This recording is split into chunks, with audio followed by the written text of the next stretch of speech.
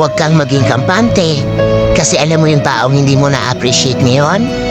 Yung taong hindi mo pinapahalagahan? Magsisisi ka kapag napagod. Ilang beses siya nagtimpi. Ilang beses niyang binuo ang tiwala niya para sa'yo. Ilang beses niyang piniling umiti kahit gusto niya na lang na umiyak dahil sa mga pinaparamdam mo. Ilang beses niyang pinili na intindihin ka kahit wala kang ginawa kung hindi umarte na parang ikaw palagi ang biktima. Kapag umabot siya sa point na ma-realize niya na hindi worth it ang mga ginagawa niya para sa'yo, magiging kawalan mo. Kapag dumating ang araw na tuluyan siyang mapagod sa'yo, wala ka nang babalikan. Tandaan mo na hindi porket mahal ka, pwede mo na lang siyang baliwalain. Ang taong mabait, mahirap kapag napagod.